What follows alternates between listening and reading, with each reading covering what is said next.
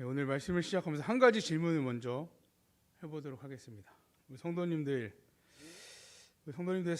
이 땅에서 살아가는 이유가 뭔가요? 그러니까 이거죠. 왜 사세요? 왜 사시는 거예요? 이렇게 질문하는 겁니다. 왜 사시는 것 같아요? 하나님이요. 처음부터 이런 답이 나오면 안 되잖아요. 참 철학적인 질문이죠. 왜 사는지. 네. 전에 어떤 분은 이렇게 얘기하더라고요. 죽지 못해 삽니다. 호흡이 있으니까 살아요. 편찮으신 분들이 이렇게 말씀해요. 너무 고통스러우니까 죽지 못해서 삽니다. 정말 우리가 죽지 못해서 사는 것일까요? 인생에 대해서 행복을 말하시는 분들이 있습니다. 그러니까 살아가는 이유가 행복에 있다. 우리가 인생을 사는 것이 행복하기 위해서 산다라는 것이죠. 행복하기 위해 열심히 노력하고 행복하게 살기 위해서, 그러니까 건강하게 아프지 않고 건강하고 행복한 삶을 영위하기 위해서 여러 가지 자신들의 방법을 통해서 자신의 행복을 찾기 위해 노력을 합니다. 철학자들을 좀 찾아봤어요. 철학적인 질문이라 아리스토텔레스는 인간의 최고에서 인간이 이룰 수 있는 가장 좋은 것은 행복이다라고 말을 하고 있습니다. 그는 중용의 삶을 말하는데요. 그러니까 너무 과한 것도 안 좋고 없는 것도 안 좋고, 그러니까 운동을 너무 심하게 하는 것도 안 좋고 운동을 아예 안 하는 것도 안 좋다. 적당한 게 좋다. 이렇게 중용을 이야기하더라고요. 그리고 에피쿠로스는 행복한 생활의 기준을 쾌락으로 들어서 이야기합니다. 쾌락을 누리는 삶이 행복한 삶이다라고 이야기한다라는 것이죠. 그래서 인간이 행복하기 위해서는 쾌락을 쫓고 고통을 멀리하는 삶을 살아야 된다라고 주장을 합니다. 반면에 스토아학파는 그 쾌락에 휘둘리지 않는 삶, 어떻게 보면 에피쿠로스의 반대 이야기죠. 금욕의 마음, 금욕을 하는 마음, 내가 하고 싶은 것을 절제하는데 행복이 있다라고 주장을 합니다.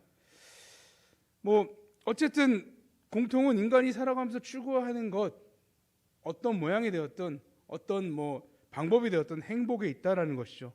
세상 사람들은 철학자의 말처럼 자신들이 누릴 수 있는 쾌락을 쫓는 삶을 살거나, 혹은 한 곳에 치우치지 않고 중도를 지키는 삶을 살거나, 혹은 절제의 삶을 살아가는 것을 추구하며 살아갑니다. 그렇다면 우리 예수 그리스도를 믿는 성도들의 삶은, 우리의 삶은 어떤 것을 쫓아 살아가야 할까요? 우리도 세상 사람들이 말하는 그런 삶이 우리의 삶의 목표가 될까요? 우리는 분명하게 예수님을 믿지 않는 사람들과 목적지가 다릅니다. 그러니까 종말에 가는 방향이 다른 거죠. 우리가 내년에 캄보디아 단기 선교를 계획하고 있는데, 예를 들어서 이거죠. 캄보디아 단기 선교를 출발할 때 인천공항으로 가야 되잖아요. 버스를 타고 인천공항 가야 되는데, 사람들이 많이 고향으로 간다고 부산으로 가는 버스를 탄다면 안 된다라는 것이죠. 원하는 목적지에 갈 수 없으니까요. 그러면 우리는 원하는 목적지, 우리가 믿는 사람들이 가야 될 목적지가 어딘지를 예수님을 통해서 좀 살펴보기 원합니다. 우리보다 먼저 그 길을 가셨던 분이죠. 또 우리의 모범이 되시는 분, 또 우리의 스승이 되시는 분입니다.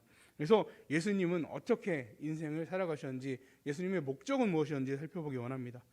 오늘 말씀 직전에는 예수님께서 먼저 세례 요한에게 세례를 받으십니다. 사역을 시작하시기 전에 세례를 먼저 받으시고요. 세례 받으시고 그 자리에 성령이 비둘기같이 임하고 하늘에서 하나님의 목소리가 들립니다. 삼위 하나님이 함께 하시는 거죠. 그렇게 사역을 시작합니다. 그리고 성령 하나님을 따라 예수님이 이끌려 나아간 곳, 거기가 광야입니다. 40일간 금식하고, 우리가 다 얼마 전에 말씀을 통해도 우리가 알듯이 마귀의 시험을 받으셨죠. 그리고 승리하셨습니다. 이제 본격적인 사역을 시작합니다. 그게 오늘 말씀인데요. 예수님께서 이 땅에서 하나님의 나라를 건설하시는 그 사명을 가지고 3가지 중요한 사역에 초점을 맞춰 사역을 하셨습니다. 그 사역을 보면 첫 번째는 하나님 나라의 복음을 전파하는 사역이었습니다. 예수님의 주요 사역지는 갈릴리였습니다. 오늘 12절에 보면 예수께서 요한이 잡혔음을 들으시고 갈릴리로 물러가셨다가, 요한이 잡혔다는 내용은 나중에 마태복음 14장에 자세히 나옵니다. 왜 그런 일이 생겼는지, 잡혀서 어떻게 됐는지에 대한 헤롯과 연관된 내용들이 나옵니다. 어쨌든 그 소식을 듣고 예수님이 주요 사역지인 갈릴리로 이제 나아가셨습니다.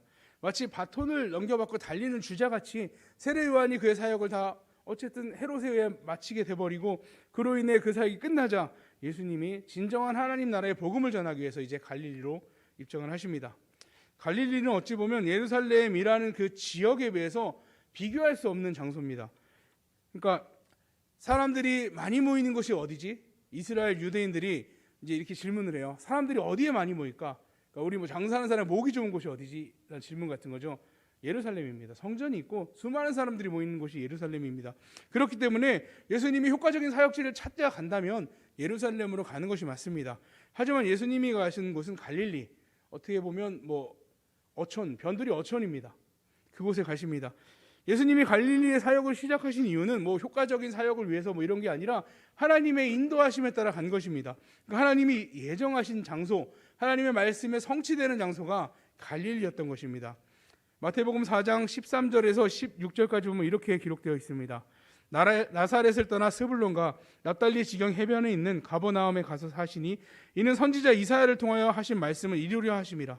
일러스되 스불론 땅과 납달리 땅과 요단강 저편 해변길과 이방의 갈릴리여 흑암에 앉은 백성이 큰 빛을 보았고 사망의 땅과 그늘에 앉은 자들에게 빛이 비추었도다 하였느니라. 이사야서의 9장에 나오는 말씀인데요. 이사야서 9장에 이 원래 나온 말씀을 보면 이렇게 되어 있습니다. 1절 2절에 전에 고통받던 자들에게는 흑암이 없으리로다. 옛적에는 여호와께서 스불론 땅과 납달리 땅이 멸시를 당하게 하셨더니 후에는 해변길과 요단 저쪽 이방의 갈릴리를 영화롭게 하셨느니라. 흑암에 행하던 백성이 큰 빛을 보고 사망이 그늘진 땅에 거주하였던 자에게 빛이 비추었도다. 아멘. 이사야서에 나와 있는 이 예언의 말씀입니다. 이스라엘의 18대 왕 베가 때 아스루 왕 디글랏 빌레셋이 갈릴리를 병합하였고요. 그 주민들을 다 포로로 끌고 갑니다. 하지만 결국 이후에 하나님의 은혜로 포로에서 자유함을 얻긴 하는데요. 이 사건이 이사야서 말씀의 주된 배경이 되는 사건입니다.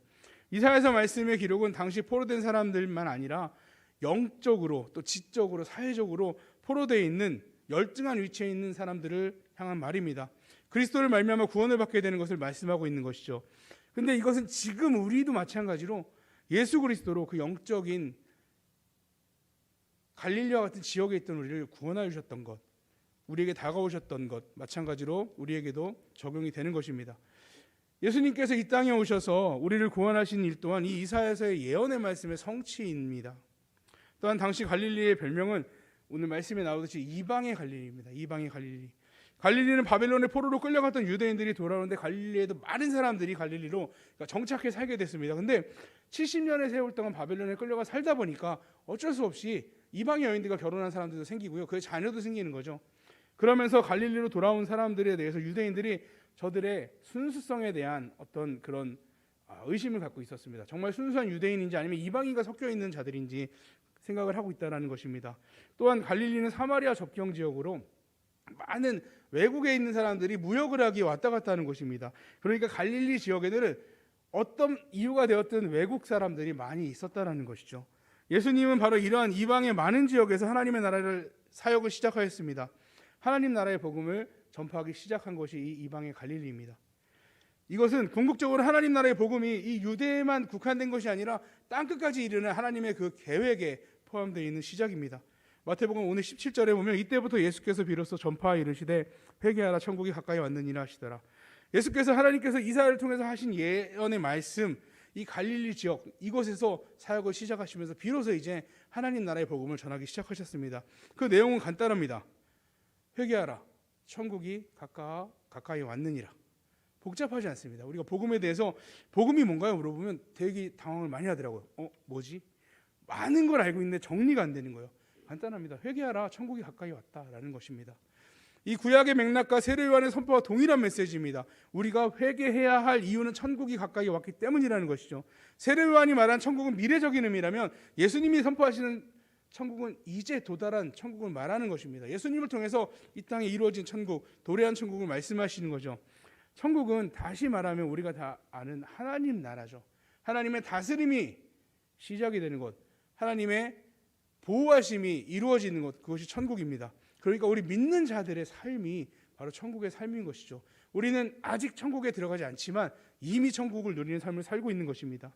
그것이 천국입니다. 회개하고 예수님을 믿으면 우리 안에 함께 하시는 하나님이 그 천국을 누리는 삶을 살게 해 주십니다. 우리 또한 예수님처럼 어느 곳을 가든지 이거를 우리가 해야 됩니다. 그러니까 행복을 위해 살아가는 삶, 그게 주된 삶의 목적이 아니라 복음을 전하는 삶, 우리에게 주셨던 그 천국을 선포하는 삶을 살아야 합니다. 예수님의 두 번째 사역은 가르치는 사역이었습니다. 오늘 18절에서 22절까지 보면 갈릴리 해변에 다니시다가 두 형제 곧 베드로라는 시몬과 그 형제 안드레가 바다에 금을 던지는 것을 보시니 그들은 어부라. 말씀하시되 나를 따라오라. 내가 너희를 사람 낚는 어부가 되게 하리라 하시니 그들이 곧 그물을 버려두고 예수를 따르니라. 거기서 더 가시다가 다른 두 형제 곧 세베대의 아들 야고보와 그 형제 요한이 그의 아버지 세베대와 함께 배에서 금을 깁는 것을 보시고 부르시니 그들이 곧 배와 아버지를 버려두고 예수를 따르니라. 예수님이 천국복음, 비로소 천국복음을 선포하시고 난 이후에 바로 행하신 것이 제자를 부르시는 일을 했습니다. 갈릴리 해변을 다니면서 제자를 찾아가서 불렀죠. 근데 제자는 스승에게 가르침을 받는 자를 제자라고 말을 하죠. 근데 당시에 뭐 지금도 마찬가지입니다. 제자들이 좋은 스승을 수소문해서 찾아가는 게 맞는 방법이지 스승이 제자를 찾아다니지 않거든요. 요즘도 보면 뭐 이렇게 엄마들이 이렇게 하더라고요.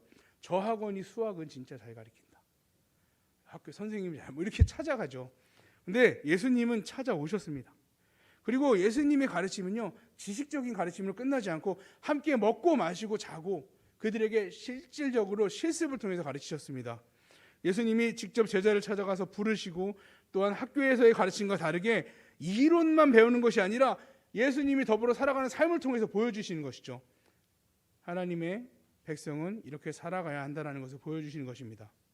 예수님께서 천국 복음을 전하시는 일 못지않게 중요하게 생각하신 일은 제자를 양육하는 일이었습니다. 그들이 함께 먹고 마시고 주무시면서 하나님 나라의 복음으로 그들을 양육하셨고요. 병 고치는 일, 그리고 귀신을 쫓는 일을 실습을 시키셨어요. 제자들을 2명씩 보내가지고 이 일을 하셨거든요. 성령의 능력을 주시고 귀신 쫓는 일을 실습을 시켰습니다. 또 풍랑이나 태풍 같은 고난을 만났을 때 어떻게 해야 되는지 꾸짖으면서 얘기해 주셨죠. 그런 상황 속에서 어떻게 헤쳐나가야 되는지 알려주셨습니다. 예수님께서는 제자들을 부르실 때 그들의 직업이나 배움의 정도, 외적인 여건은 전혀 고려의 대상이 아니었습니다. 오히려 사람들이 멀리하는 이스라엘의 공식적인 왕따,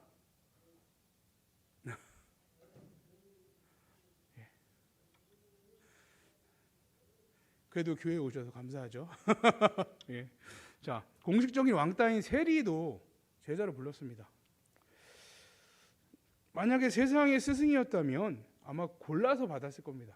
이 사람은 나의 제자로 나의 뜻을 이어서 나갈 사람이다. 뭐 아니다를 골랐겠죠. 근데 예수님은 그렇지 않았다라는 것이죠. 오히려 사람들이 피하는 자들을 제자로 삼으셨습니다. 그리고 심지어 예수님께서 부활하시고 난 이후에 제자를 한 명 삼았습니다. 혹시 누군지 아세요? 완삭되어 나지 못한 자, 바울이 예수님의 제자가 됐죠. 예.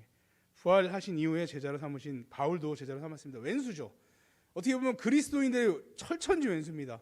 그를 보면 도망갈 수밖에 없는 사람인데도 불구하고 제자로 삼으십니다.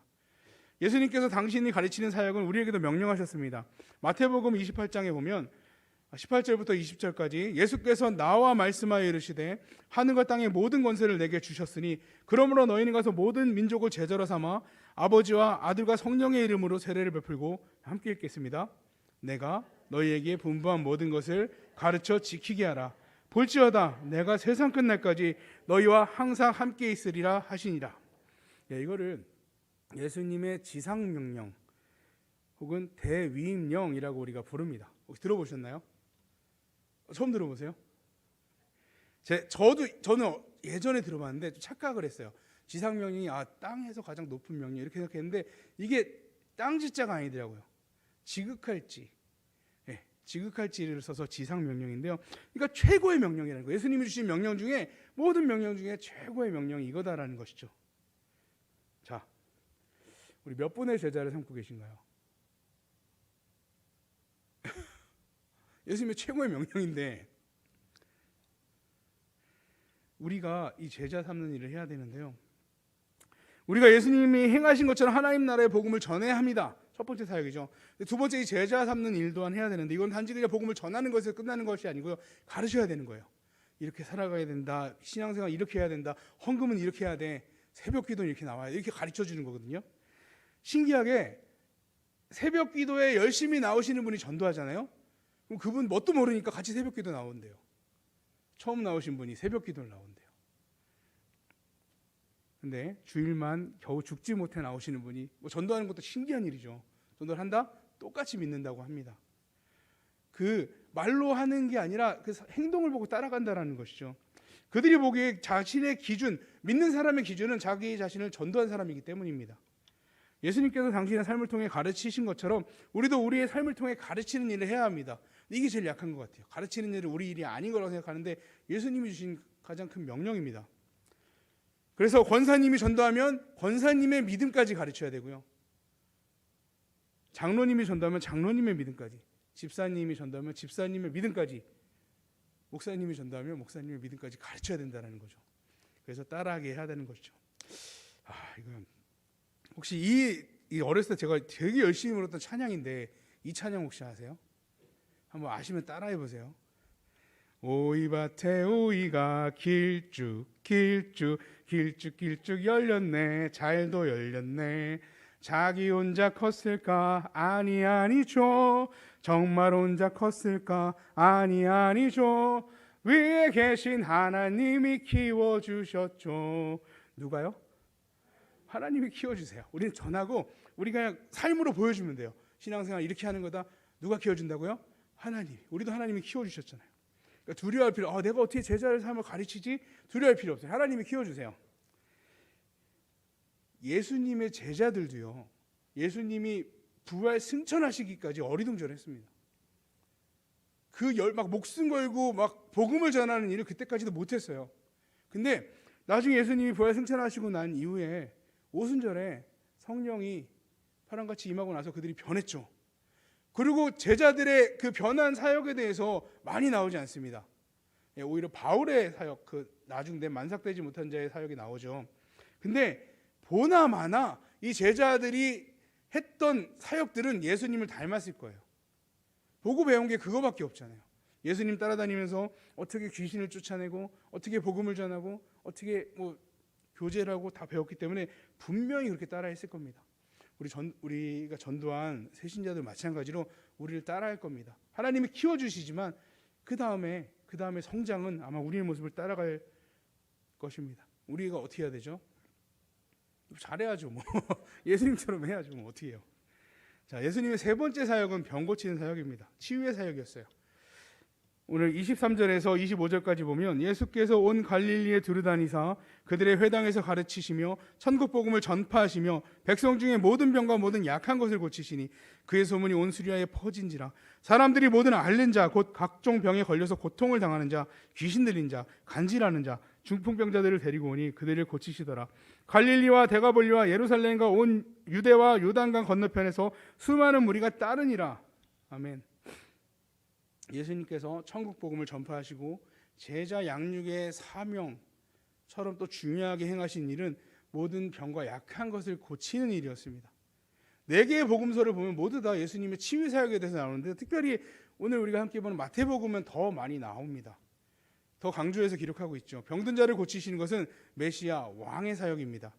일찍이 에스겔 선지자를 통해서 하나님께서 친히 이스라엘의 목자가 되셔 상한 자를 싸매 주시겠다, 병든 자를 강하게 해주시겠다 약속해 주셨습니다. 또한 다윗의 자손을 새 목자로 보내셔 영원한 하나님 나라를 세울 것을 약속해 주셨습니다. 또한 예수님께서 세우시는 하나님 나라의 궁극적인 하나님 나라는 계시록 21장에 이렇게 예언하고 있습니다.